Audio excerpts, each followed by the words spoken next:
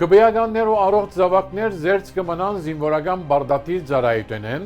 բայց գշարունակեն իրենց մարզական ասպարեզը։ Քաղաքացիական պայմանագրի վարչության անդամ Քնել Սանոսյանի զավակը Գոր Սանոսյան 2 տարի առաջ առողջական պատճառներով ազատ կացուցված է զինվորական բարդատիր ծառայությունեն, բայց արհեստավարժ ֆուտբոլիստ է եւ ներկայիս Արարատ 2 խումբին մարզիկներն է։